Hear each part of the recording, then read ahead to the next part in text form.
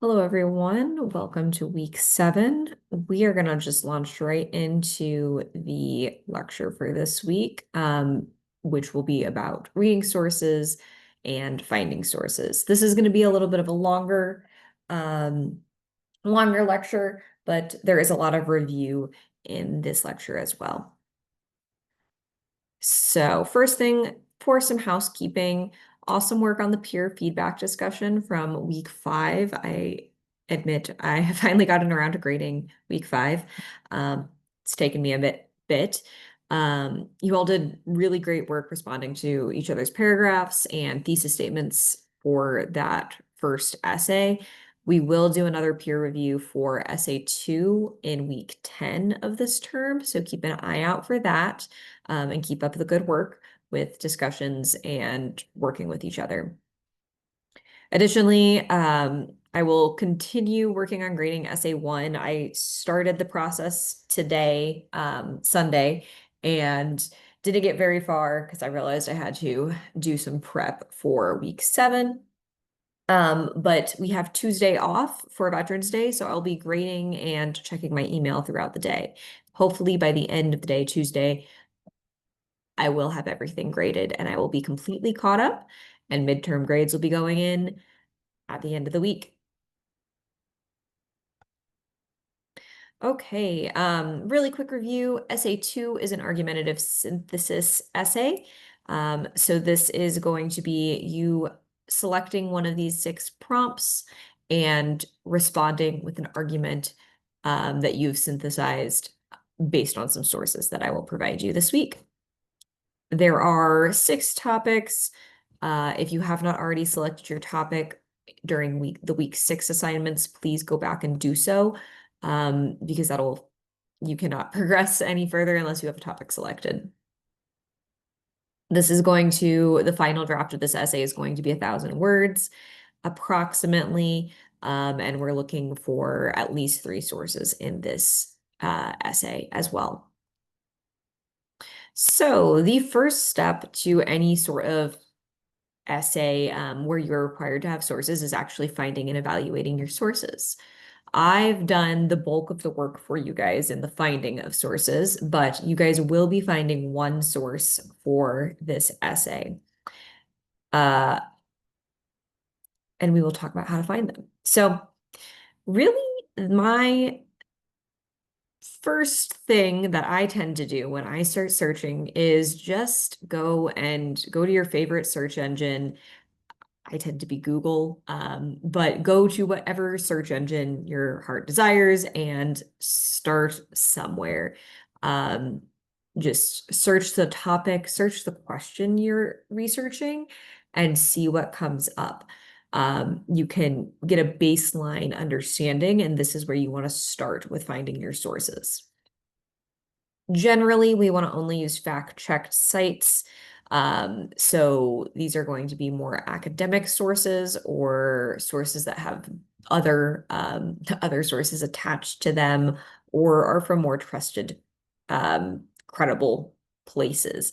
We will talk specifically about why Wikipedia should be avoided. I am not completely a Wikipedia hater, but I don't want to see Wikipedia as a source for one of your for this essay. Additionally, you can also search in our library or the KCC library databases, or you can go and start looking for the topic in local newspapers, or the local county library as well.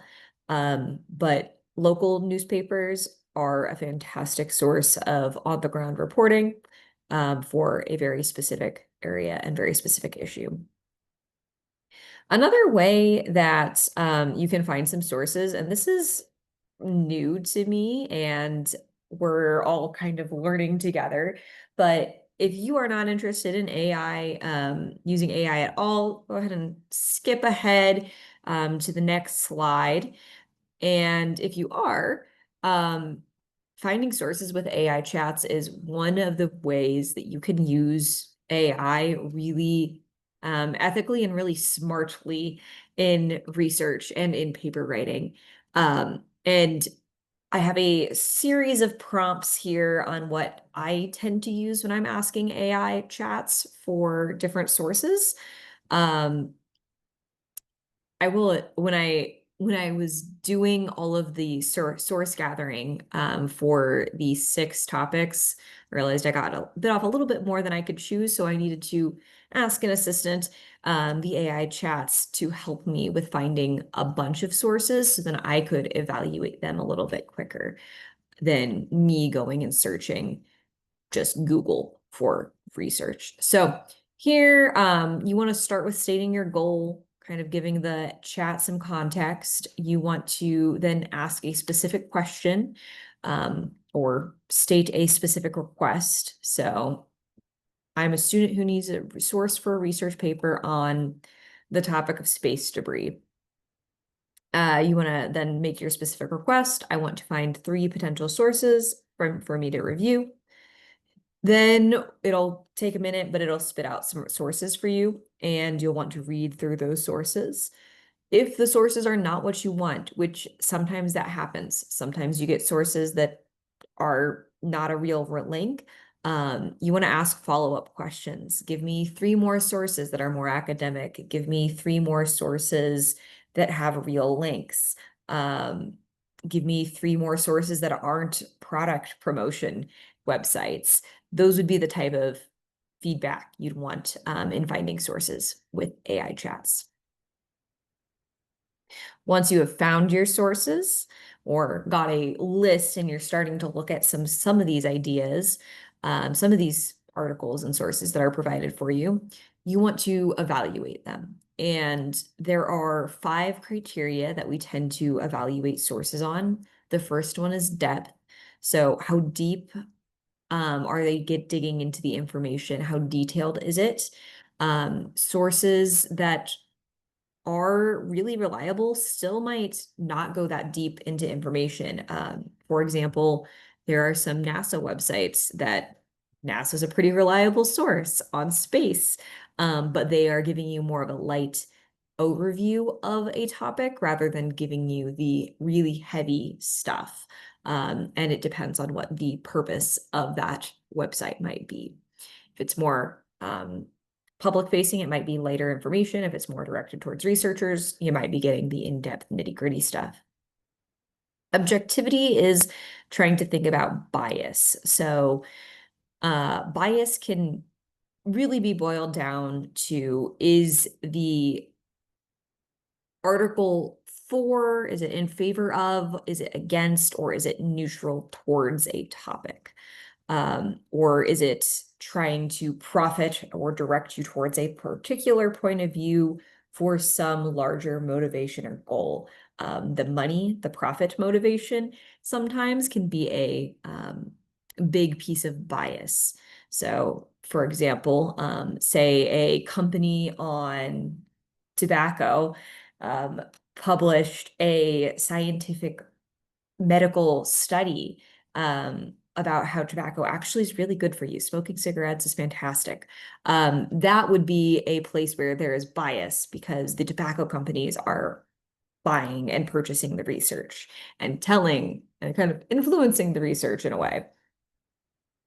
So that article that in this hypothetical would be not very objective. For currency, we want to look for up-to-date information. A general rule of thumb is you don't want to be using sources that are older than 5 to 10 years, and it is very much depending on the topic. On if you're reading an article on AI, you definitely don't want to be looking for sources older than 5 years. If you're looking for a article on I don't know, the skeletal system, the bones in the human body, you could probably use some pretty old sources for that.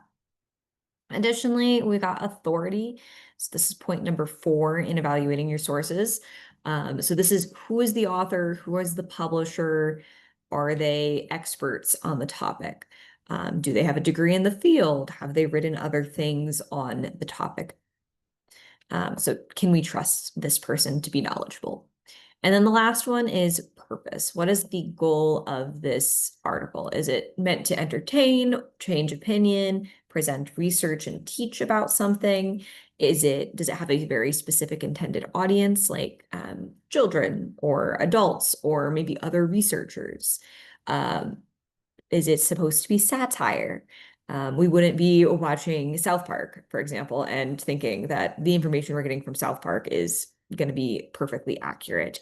But because that's meant to be entertaining and it's meant to be kind of poking fun at reality. Um, so purpose is going to play a lot into, can we trust the source and the information that's coming from it? Another really quick way to start evaluating sources is to look at the domain extensions within a link. And so these are some of the most common domain extensions. I have heard students in the past tell me that .gov, .org, and .edu sources are always going to be super reliable places of information. I don't totally disagree. I think those are good starting places towards reliability, but you can have really good information coming from .com websites or .net websites.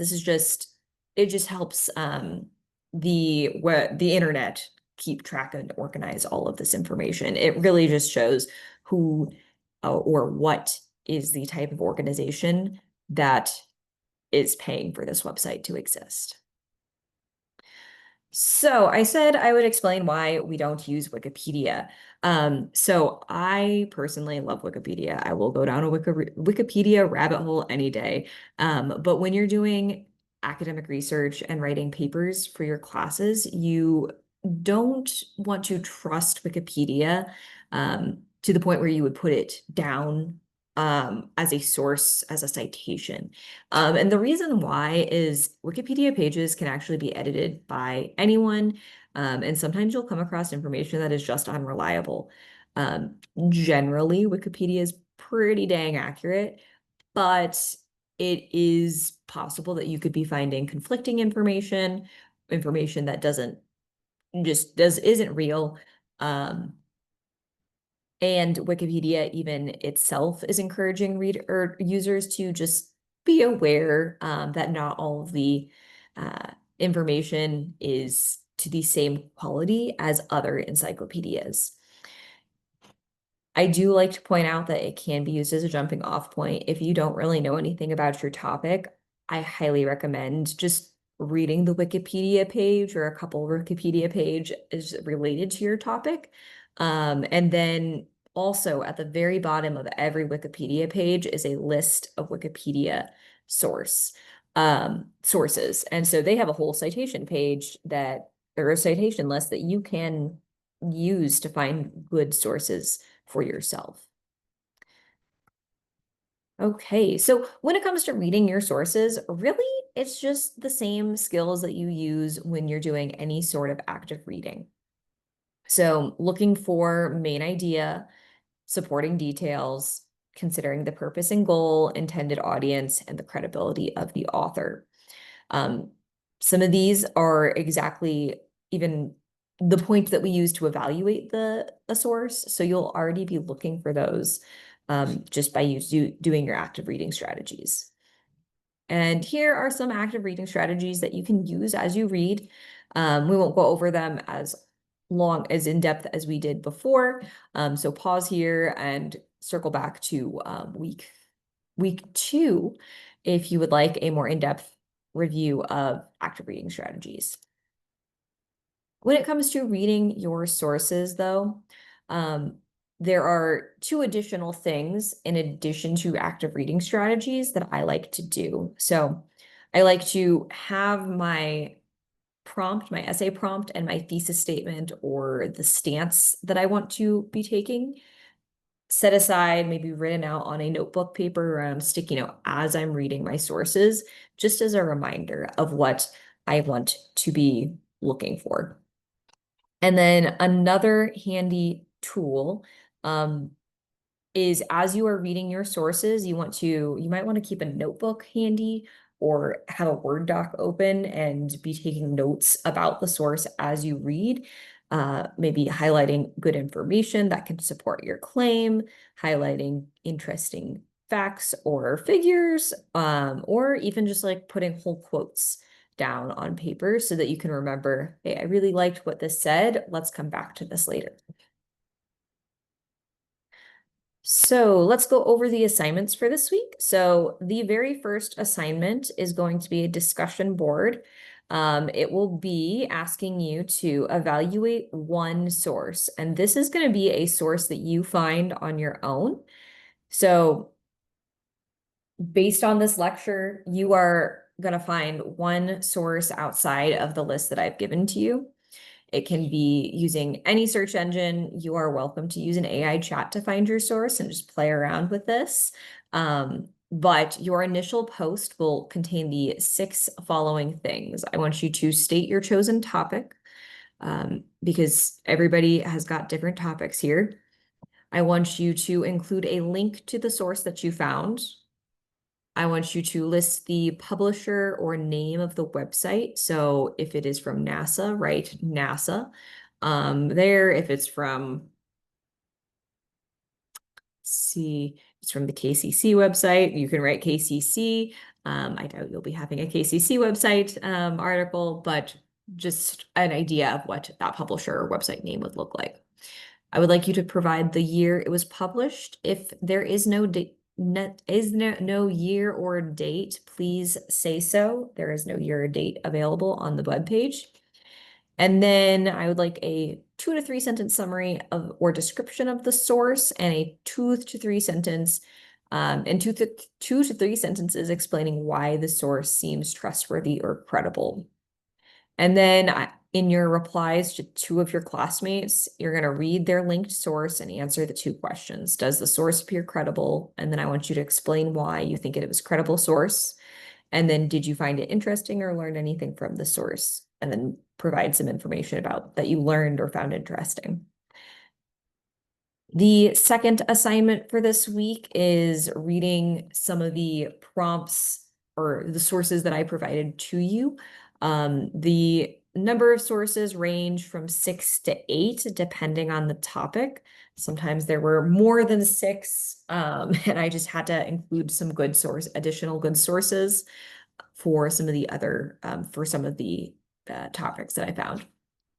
But on the worksheet document, and I will show you this here in just a second, you're going to break down only 2 sources. You're welcome to break down more, and you can just copy and paste the section where you break down the sources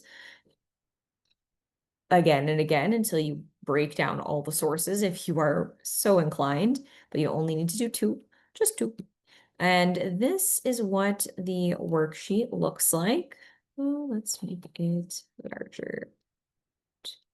So you will have to highlight your chosen topic. This is just to keep me aware of what you're doing for your topic. And since there are so many topics, I want to make sure I am not cross-contaminating different papers and thinking you are finding the wrong sources for your intended topic. And then below, we've got these yellow boxes. So you're going to be typing in the yellow box. I'm going to show you source 2 because it all fits on one screen, one scroll. So the first thing is you are going to copy and paste the APA citation provided in the source list. Then I want you to break down the depth, the objectivity, the authority, the purpose or goal of the source. So this is going to be evaluating some of those points of information. And then next, you are going to write a short summary of the source and do a short evaluation of the source. I will be grading these hopefully next weekend, maybe as they come in, depending on how busy I am this week. But we will be working on the essay 2 for the next couple weeks. So if you've got questions or concerns about the topic that you've chosen, please reach out so that we can get that fixed or anything clarified there. Other than that, I will see you guys in the lecture video for next week, or see